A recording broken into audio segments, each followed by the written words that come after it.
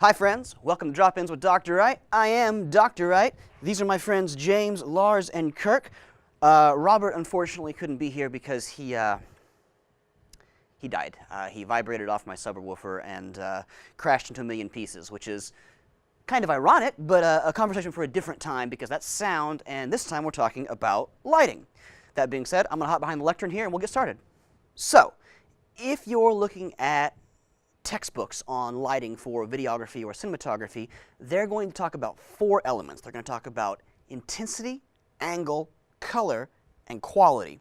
So what we're going to do is we're going to look at each of those elements and talk about them, and hopefully in doing so give you a little bit better understanding of how you can utilize them in your own shooting to get better quality video.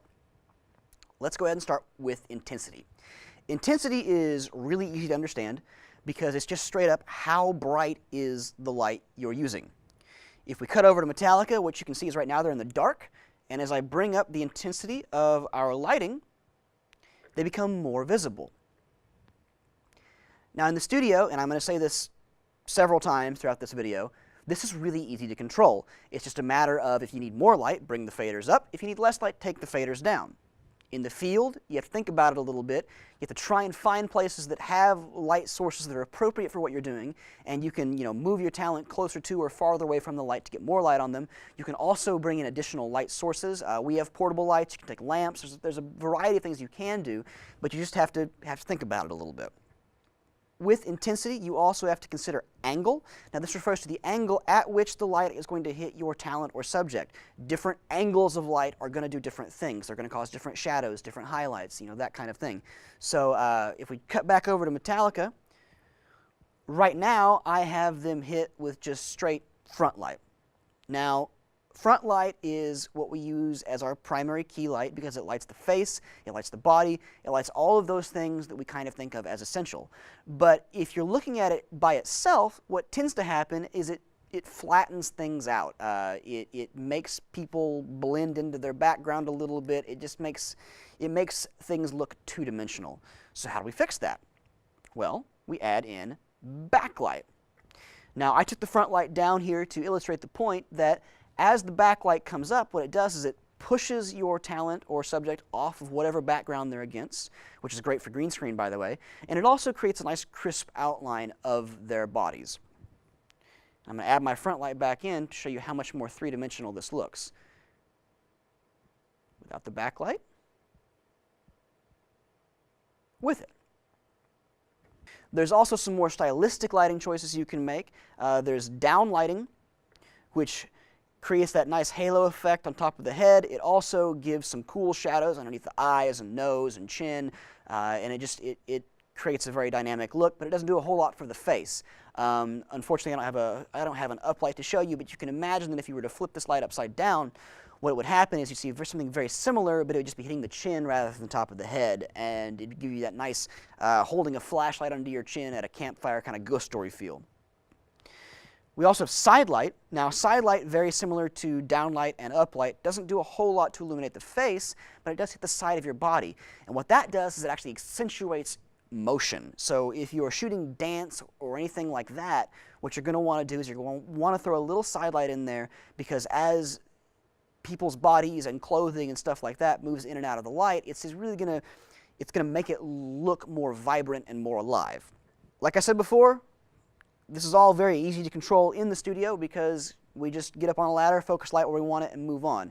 In the field, what you have to do is basically angle your talent wherever you want them to be, so the light is hitting them the way you want it to. You can also use a bounce card. Windows are great directional light sources, but I have to caution you with windows. I've watched a lot of really crappy video of people putting their talent in front of a window. If you put your talent in front of a window, it's going to obscure their face just like the backlight by itself.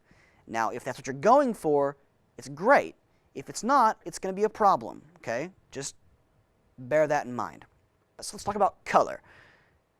Primarily in the video you're shooting for us, the color temperatures you're going to be working with are going to be somewhere between 32 and 56K, which is basically just shades of white. But I'm going to show you a couple of things with blue and red light because they're easier to see in this video here.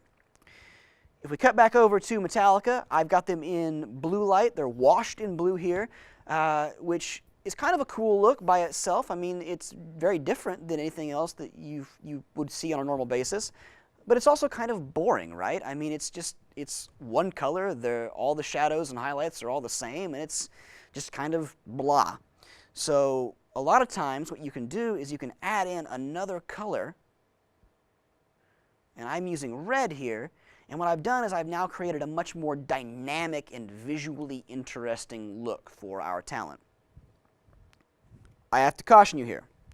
If you're shooting news, this idea of dynamic, visually interesting lighting may not be the best bet, because when we're shooting news, we don't really want to affect our audience's opinion of what they're hearing about. We don't make up the news, we just report it.